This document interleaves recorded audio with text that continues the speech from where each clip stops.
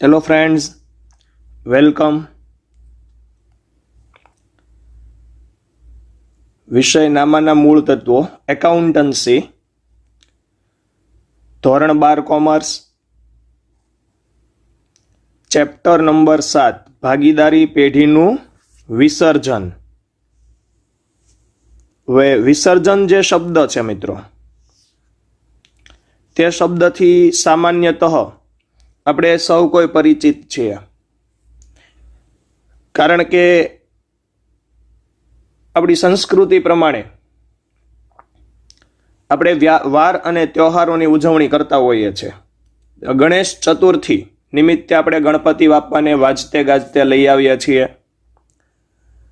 10 દિવસ માટે તેની પૂજા અર્ચના કરીએ છીએ, પ્રસાદ ધરીએ છીએ, અને ત્યારબાદ એક વિસર્જનનો તહેવાર આવે છે કે જે દિવસે આપણે ગણપતિ બાપાને વિસર્જિત કરીએ છીએ. એટલે વિસર્જન શબ્દ એ આપણા માટે નવો નથી. તો જો વિસર્જન માટે સામાન્ય અર્થમાં આપણે વિચારીએ તો વિસર્જન એટલે કોઈ પણ વસ્તુના અસ્તિત્વનો કાયમી અંત.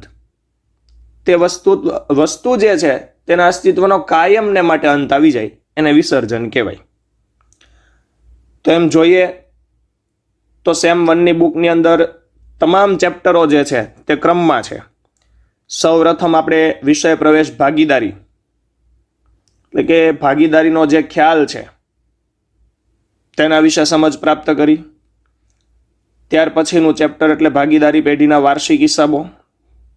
ભાગીદારી પેઢી અસ્તિત્વમાં આવે તેના વાર્ષિક હિસાબો કેવી રીતે લખાય, ચેપ્ટર નંબર 2ની અંદર આ બાબતની સમજ આપણે મેળવવાની હોય. ચેપ્ટર નંબર 3 એટલે કે પાઘડીનું મૂલ્યાંકન. આમાં પાઘડીનું મૂલ્ય નિર્ધારિત કે નક્કી કરતા શીખવાનું હોય. ચેપ્ટર નંબર 4 એટલે કે પુનર્ગઠન. જુદા જુદા કારણોસર ભાગીદારીમાં થતો ફેરફાર જે છે તેના વિશેની સમજ આપણે કેળવવાની હોય. ચેપ્ટર નંબર 5 ભાગીદારનો પ્રવેશ. તો જ્યારે જરૂર પડે, વધુ સંચાલકીય શક્તિની જરૂરિયાત હોય કે વધુ મૂડીની જરૂરિયાત હોય, ત્યારે વર્તમાન કે ચાલુ ભાગીદારી પેઢીની અંદર નવા ભાગીદારને પ્રવેશ આપવામાં આવે છે.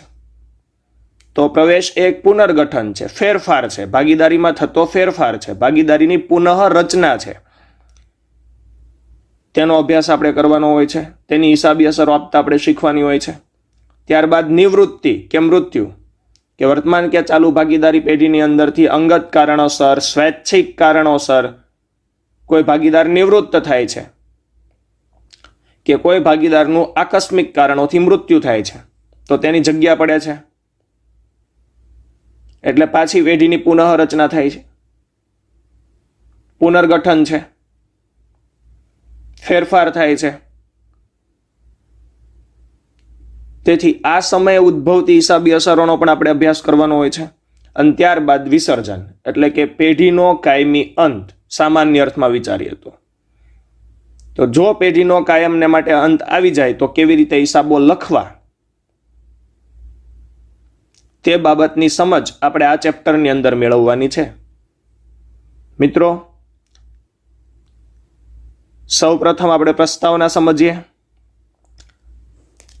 અત્યાર સુધી આપણે ભાગીદારનો પ્રવેશ, નિવૃત્તિ કે મૃત્યુને કારણે ભાગીદારીમાં ફેરફાર થાય પરંતુ ધંધો ચાલુ રહે તેવા વ્યવહારોનો અભ્યાસ કર્યો. એટલે કે ભાગીદારીનો અંત આવે છે છતાં ભાગીદારી પેઢીનું વિસર્જન થતું નથી. ભાગીદારીનો ચોક્કસથી અંત આવે છે. આ તમામ બાબતો એવી છે, પ્રવેશ છે, નિવૃત્તિ છે કે મૃત્યુ છે, કે જેમાં ચોક્કસથી ફેરફાર થાય છે, પુનર્ગઠન થાય છે, પુનઃ રચના થાય છે પેઢીની. પ્રવેશની અંદર નવો ભાગીદાર પ્રવેશ મેળવે છે,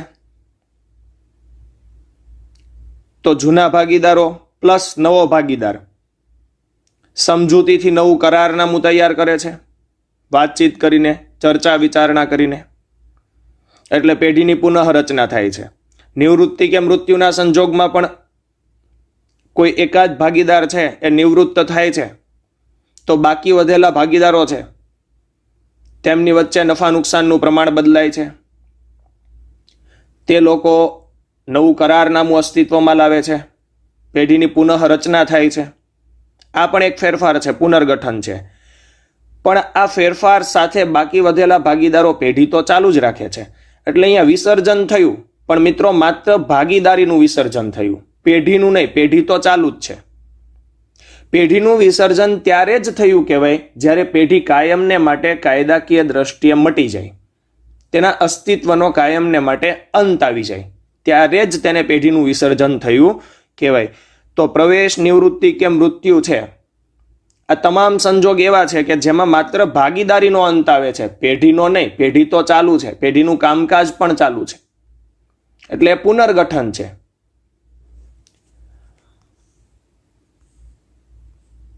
પરંતુ જ્યારે ચાલુ પેઢી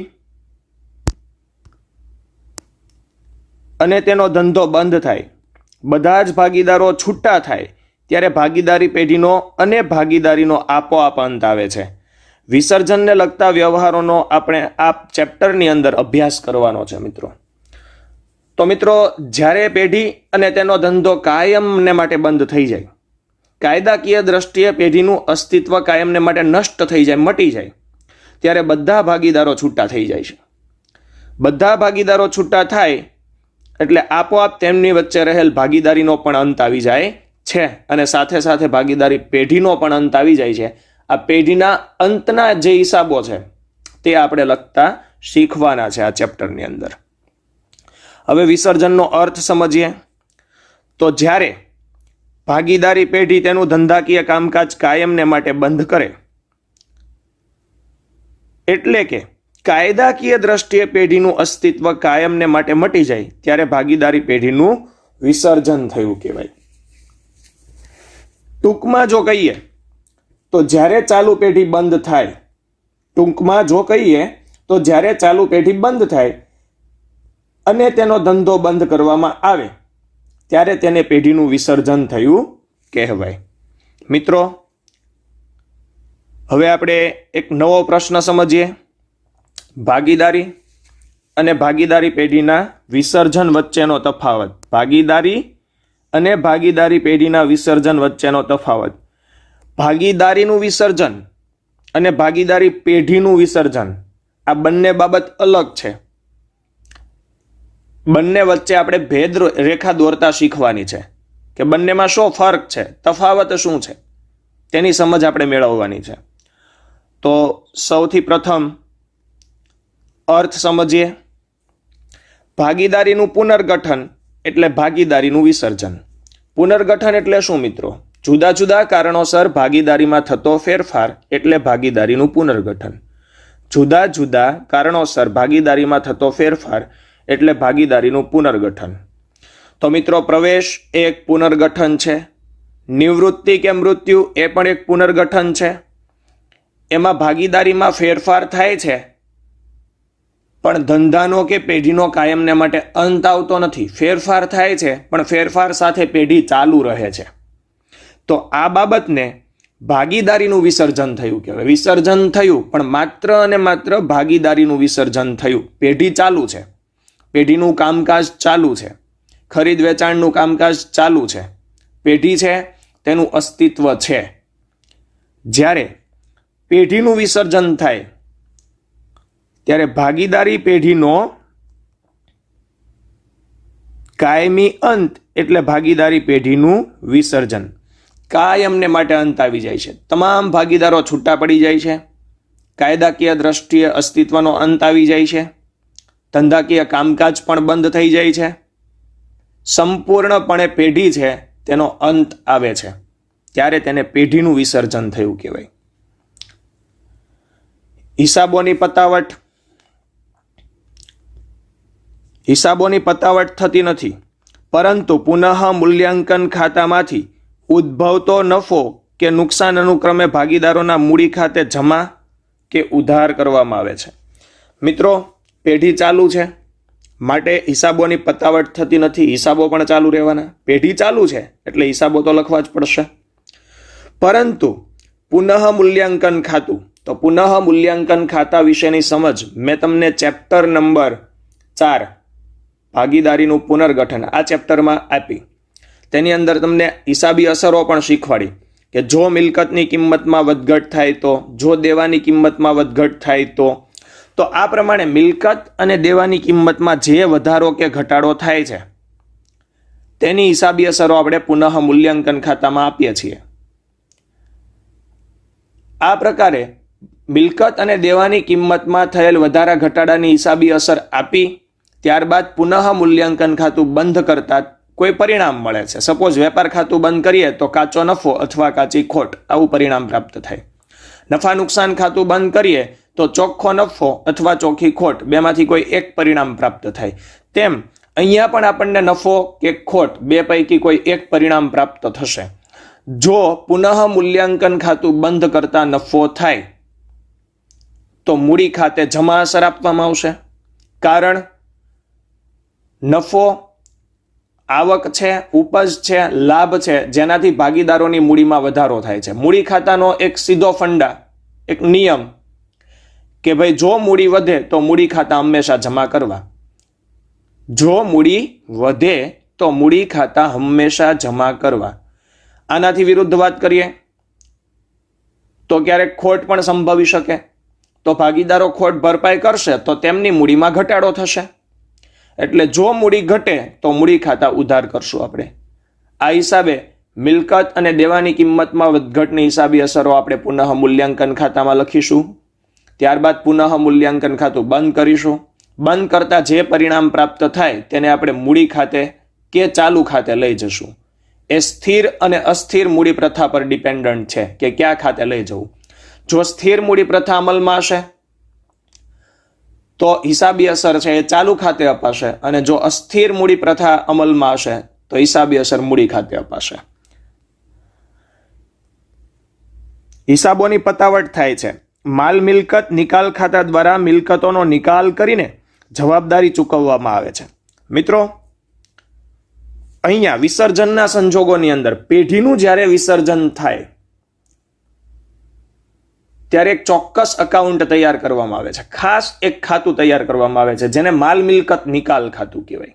નિકાલ શબ્દ રચનાથી તમે સમજ પ્રાપ્ત કરી શકો છો. નિકાલ તો મિલકતો ક્રમશઃ વેચતી જવાની.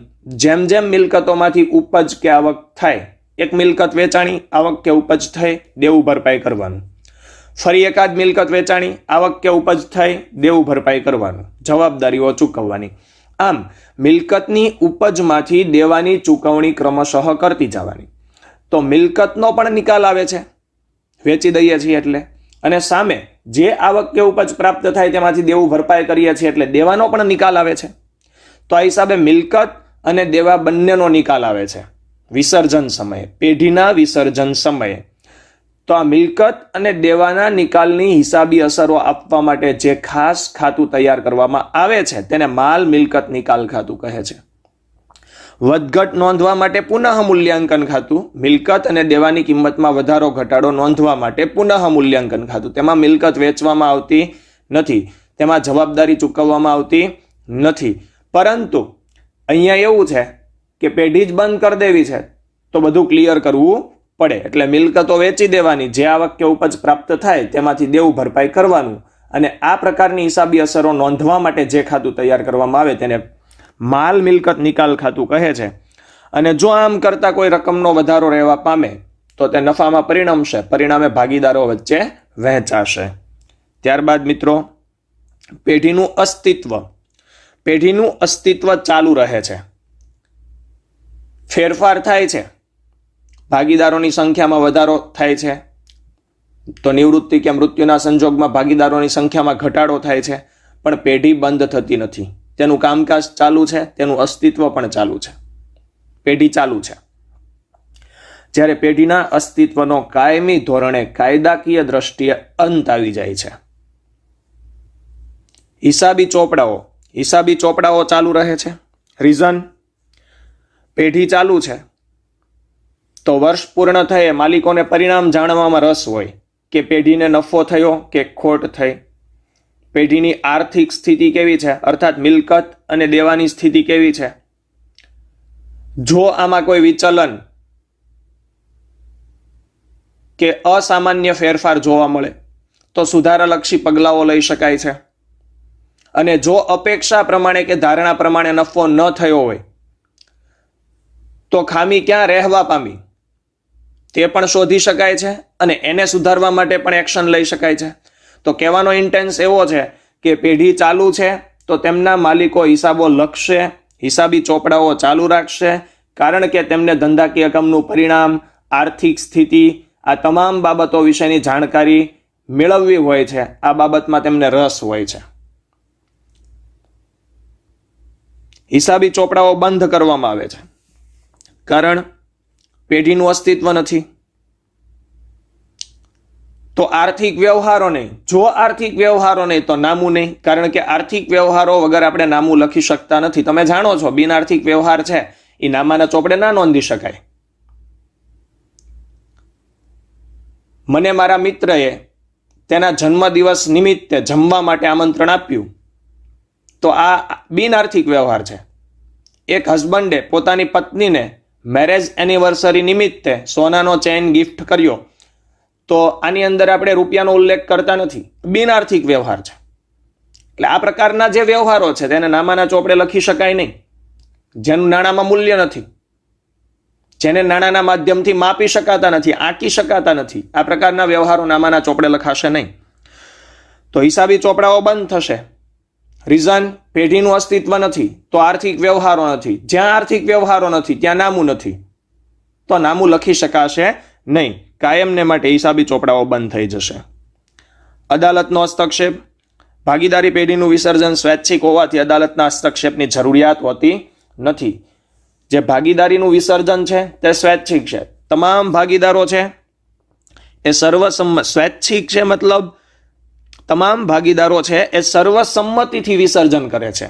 કોઈ ભાગીદારને વિસર્જનનો વિરોધ નથી, બધાય સહેમત છે, એગ્રી છે.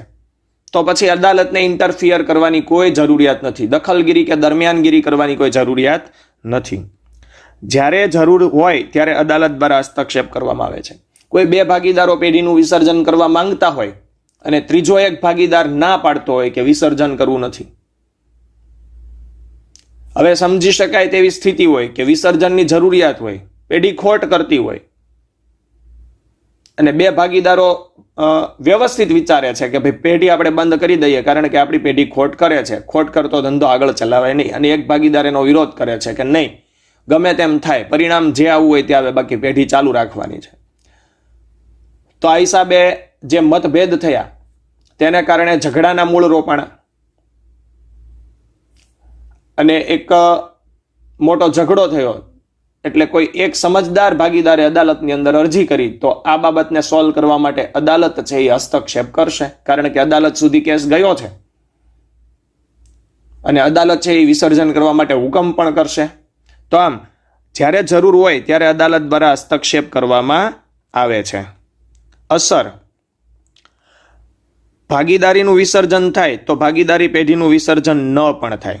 મિત્રો, આ એક સીમિત અને મર્યાદિત ખ્યાલ છે કે ભાગીદારીનું વિસર્જન થાય છે ત્યારે પેઢીનું વિસર્જન થતું નથી. પ્રવેશ એ એક ભાગીદારીનું વિસર્જન છે, નિવૃત્તિ કે મૃત્યુ એ એક ભાગીદારીનું વિસર્જન છે. આમાં પેઢીનું વિસર્જન થતું નથી. પેઢી તો ચાલુ જ રહી છે, ફેરફાર થાય છે, પુનઃ રચના થાય છે, નવું પ્રમાણ અસ્તિત્વમાં આવે છે, ત્યાગ અને લાભના પ્રમાણો અસ્તિત્વમાં આવે છે, બદલાવ આવે છે, નવું કરારનામું અસ્તિત્વમાં આવે છે, પરંતુ અંતે તો પેઢી ચાલુ જ રહેવા પામે છે. એટલે પેઢીનું ભાગીદારીનું વિસર્જન એ પેઢીનું વિસર્જન નથી, એને પેઢીનું વિસર્જન આપણે ગણી શકીએ નહીં. પરંતુ મિત્રો, ભાગીદારી પેઢીનું વિસર્જન થાય તો આપોઆપ ભાગીદારીનું વિસર્જન થાય છે, કારણ કે પેઢી જ બંધ થઈ ગઈ તો બધા ભાગીદારોએ છૂટા પડવું પડશે. છૂટા પડ્યા એટલે ભાગીદારીનો પણ અંત આવ્યો અને સાથોસાથ ભાગીદારી પેઢીનો પણ અંત આવી ગયો છે. પેઢીનો અંત આવ્યો એટલે જ ભાગીદારીનો અંત આવ્યો. તો આ ખ્યાલ થોડો વિશાળ છે. મિત્રો, આજના તાસની અંદર આપણે બેઝિક ઇન્ફોર્મેશન મેળવી, પ્રસ્તાવના વિશે સમજ પ્રાપ્ત કરી, ત્યારબાદ ભાગીદારીનું વિસર્જન અને ભાગીદારી પેઢીનું વિસર્જન આ બંને વચ્ચે ભેદ રેખા દોરતા શીખા, તફાવત પાડતા શીખા. અસ્તુ, થેન્ક યુ.